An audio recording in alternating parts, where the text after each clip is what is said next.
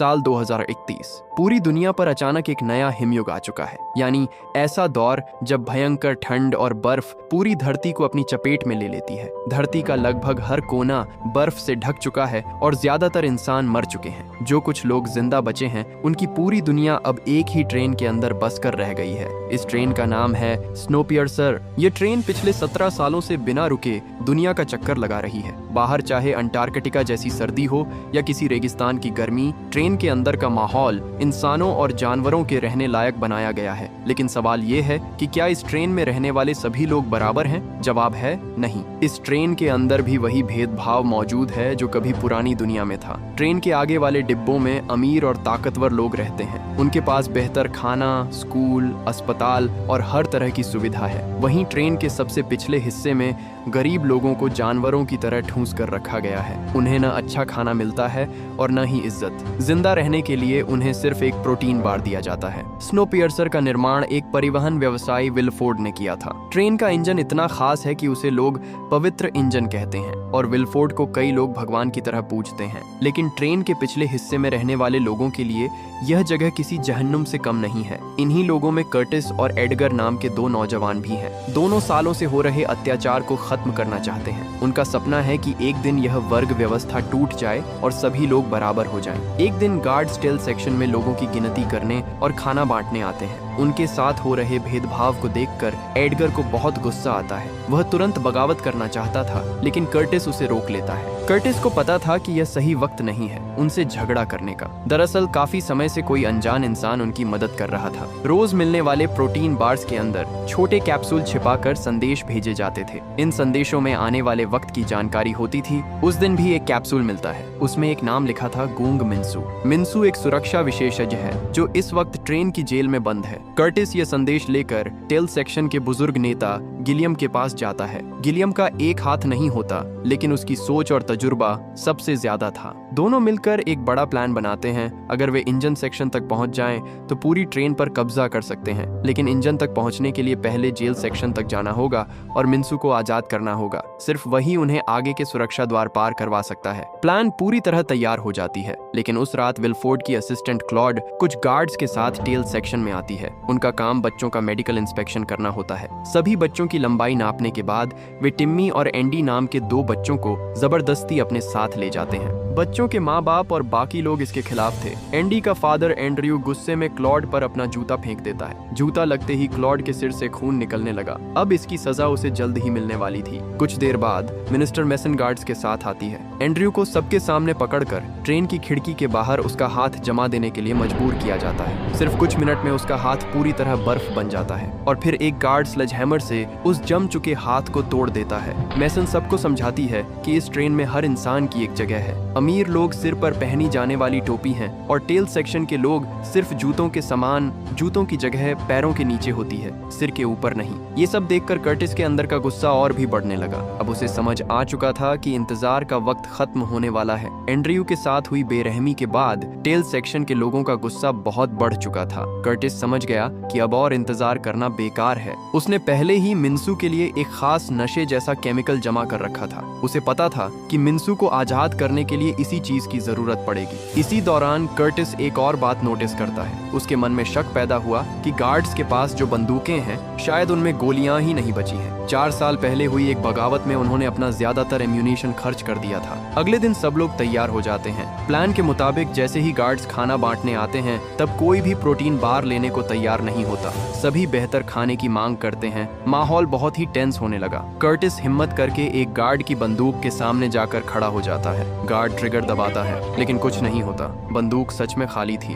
बस फिर क्या था? टेल सेक्शन के लोग तुरंत गार्ड्स पर टूट पड़ते हैं और बगावत की शुरुआत हो जाती है। लड़ाई के बाद कर्टिस और उसके साथी जेल सेक्शन की तरफ बढ़ते हैं। वहां पहुंचकर वे मिन्सू को आजाद कर देते हैं। लेकिन यहाँ एक नई दिक्कत सामने आती है। मिन्सू पूरी तरह नशे का आदी बन चुका था। वह आधी नींद की हालत में था और किसी की बात समझ नहीं पा रहा था। ऊपर से वह कोरियन के अलावा कोई दूसरी लैंग्वेज भी नहीं जानता। ट्रांसलेटर की मदद से कर्टिस उसे अपना प्लान समझाता है। मिन्सू पहले मना कर देता है, तब कर्टिस उसे नशे का लालच देता है। हर गेट खोलने के बदले उसे एक डोज दिया जाएगा, लेकिन मिन्सू की भी एक शर्त होती है। वह कहता है कि उसकी बेटी योना भी साथ जाएगी। मजबूरी में कर्टिस मान जाता है। इस तरह मिन्सू और उसकी बेटी योना बगावत का हिस्सा बन जाते हैं। अब वे आगे बढ़ने लगे। जब वे पहला गेट पार करते हैं तो योना अचानक बोलती है कि अगला कंपार्टमेंट खाली है। सभी लोग हैरान रह जाते हैं। दरअसल योना के पास एक अजीब सी क्षमता थी। वह दीवारों और बंद दरवाजों के पार कुछ हद तक महसूस कर सकती थी। गेट खुलता है और सभी लोग 17 सालों बाद पहली बार ट्रेन के दूसरे हिस्सों को देखते हैं। आगे बढ़ते हुए उनकी मुलाकात पॉल नाम के एक पुराने साथी से होती है। वह कभी टेल सेक्शन में रहता था,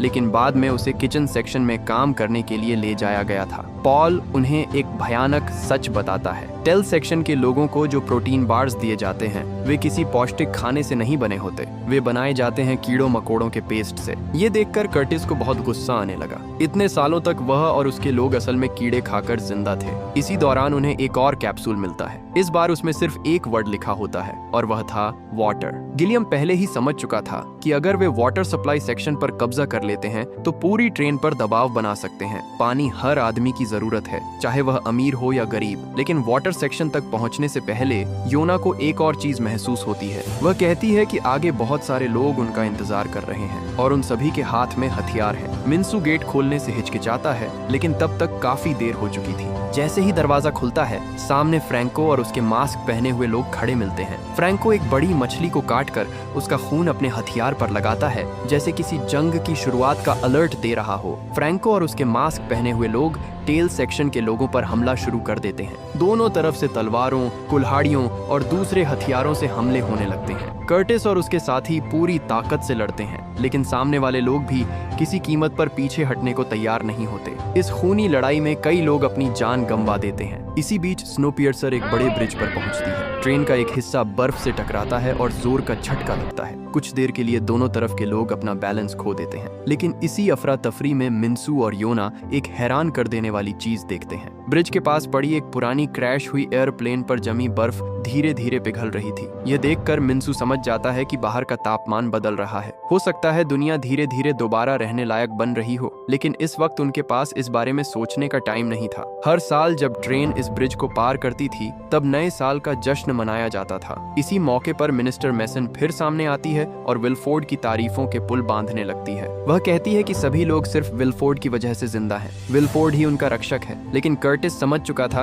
कि यह सब सिर्फ लोगों का ध्यान भटकाने की कोशिश है, क्योंकि ब्रिज के तुरंत बाद एक लंबी और अंधेरी टनल आने वाली थी। जैसे ही ट्रेन टनल के अंदर गई, पूरा कंपार्टमेंट अंधेरे में डूब जाता है और यही दुश्मनों का असली प्लान था। फ्रैंको के लोगों के पास नाइट विजन गॉगल्स थे। अंधेरे में उन्हें सब कुछ साफ दिखाई दे रहा था, जबकि कर्टिस और उसके साथियों को कुछ भी दिखाई नहीं दे रहा था। मौका मिलते ही दुश्मन दोबारा हमला कर देते हैं। टेल सेक्शन के लोग मशालें जलाकर लड़ने की कोशिश करते हैं, लेकिन अंधेरे और अफरा तफरी के बीच कई लोग मारे जाते हैं और इसी जंग में कर्टिस का सबसे करीबी दोस्त एडगर भी अपनी जान गंवा देता है। एडगर की मौत से कर्टिस को बहुत दुख होता है। 17 सालों से साथ रहने वाला दोस्त उसकी आंखों के सामने मर चुका था, लेकिन अब पीछे मुड़ने का कोई रास्ता नहीं होता। लड़ाई के बाद वे लोग फ्रैंको के कई साथियों को मार देते हैं और मिनिस्टर मेसन को पकड़ लेते हैं। अब पहली बार मेसन उन लोगों के सामने बेबस खड़ी थी जिन्हें वह हमेशा जूतों से कंपेयर किया करती थी। एंड्रयू और तान्या उससे अपने बच्चों टिम्मी और एंडी के बारे में पूछते हैं, लेकिन मेसन के पास कोई जवाब नहीं होता।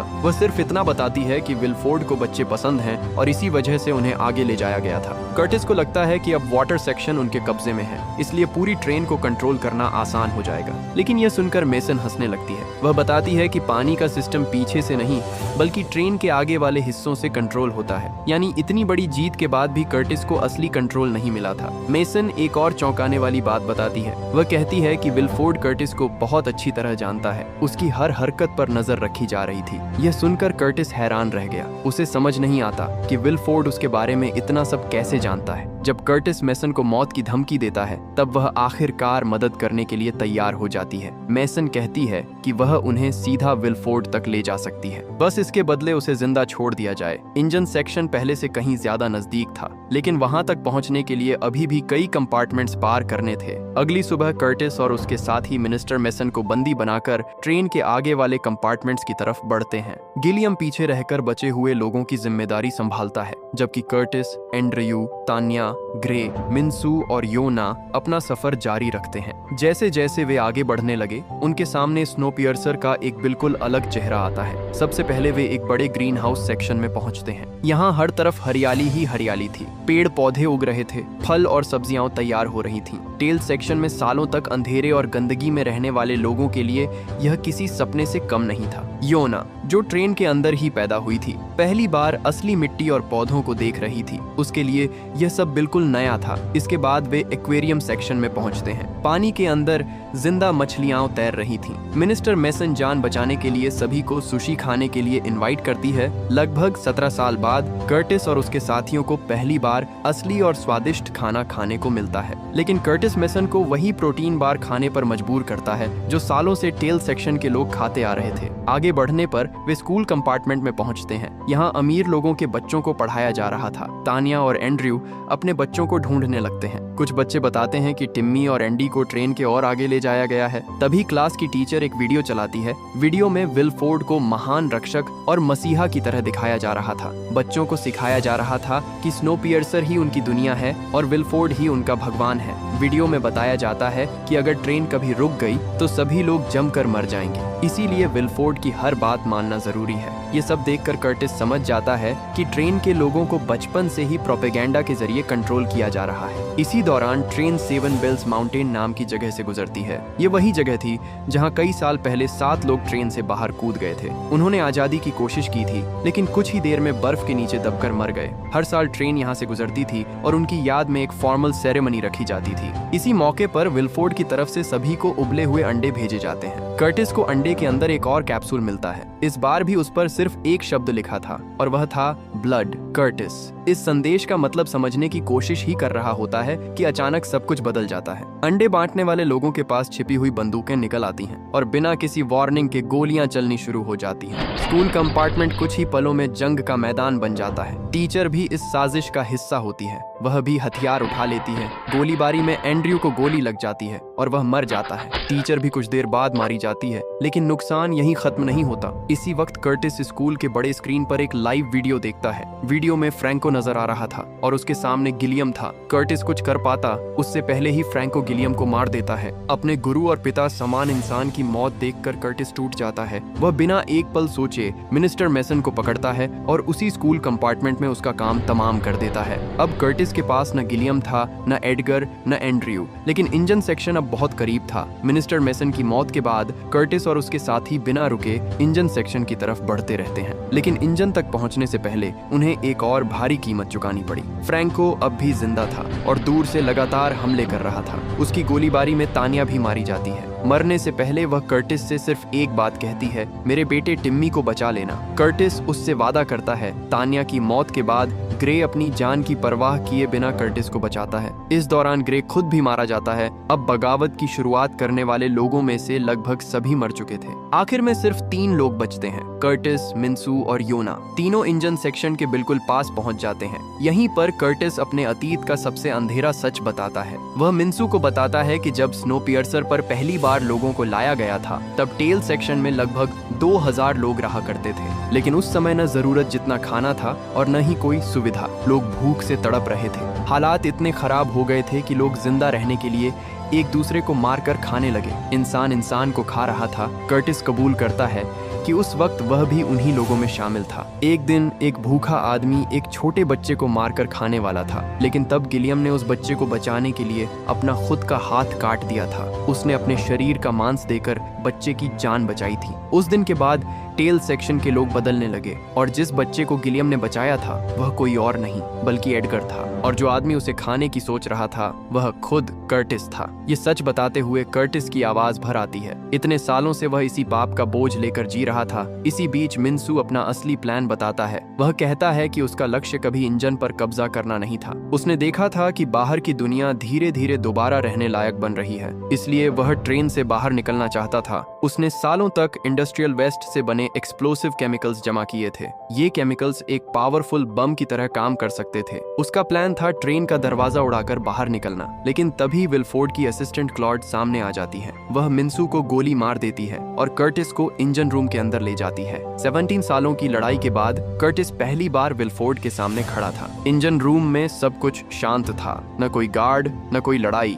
सिर्फ विलफोर्ड और उसका सेक्रेड इंजन। विलफोर्ड कर्टिस का स्वागत करता है और कहता है कि टेल सेक्शन से इंजन रूम तक पहुंचने वाला वह पहला इंसान है। फिर विलफोर्ड एक ऐसा सच बताता है जो कर्टिस को पूरी तरह हैरान कर देता है। वह बताता है कि ट्रेन में होने वाली लगभग हर बगावत पहले से तय की गई थी। पॉपुलेशन कंट्रोल के लिए गरीब और अमीर लोगों के बीच जानबूझकर तनाव पैदा किया जाता था। कैप्सूल वाले मैसेज, वाटर सेक्शन तक पहुंचना, बगावत को बढ़ावा देना, सब कुछ एक प्लान का हिस्सा था। विलफोर्ड बताता है कि गिलियम भी इस प्लान में शामिल था। गिलियम और विलफोर्ड पुराने दोस्त थे। दोनों मिलकर समय समय पर बगावत करवाते थे ताकि ट्रेन की पॉपुलेशन कंट्रोल में रहे। ये सुनकर कर्टिस के पैरों तले जमीन खिसक जाती है। जिस आदमी को वह अपना गुरु मानता था वही सालों से विलफोर्ड के साथ मिला हुआ था। विलफोर्ड फिर कर्टिस को एक ऑफर देता है।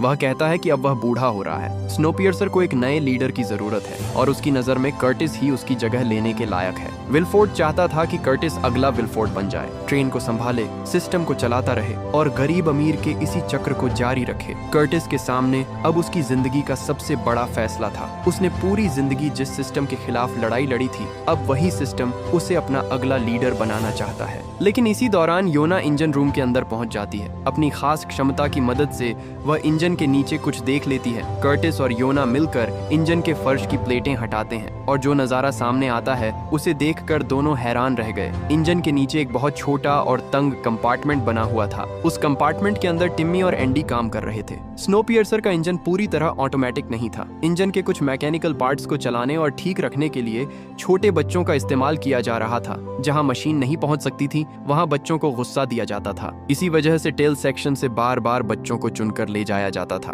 उन्हें कभी मेडिकल चेकअप के लिए नहीं ले जाया गया था। यह देखकर कर्टिस का खून खौल उठता है। अब उसे समझ आ जाता है कि विलफोर्ड का पूरा सिस्टम कितना बेरहम और घिनौना है। दूसरी तरफ घायल मिन्सू भी किसी तरह जिंदा था। वह अपने पास जमा किए हुए एक्सप्लोसिव केमिकल्स निकालता है। उसका इरादा अब भी वही था, ट्रेन को उड़ाकर बाहर की दुनिया में निकलना। योना क्लॉड को घायल कर देती है और इंजन रूम का दरवाजा उड़ाने की तैयारी करती है। इसी बीच कर्टिस टिम्मी को बचाने की कोशिश करता है, लेकिन इंजन के अंदर का मैकेनिज्म इतना खतरनाक था कि बच्चे को निकालना आसान नहीं होता। आखिरकार कर्टिस एक बड़ा सैक्रिफाइस देता है।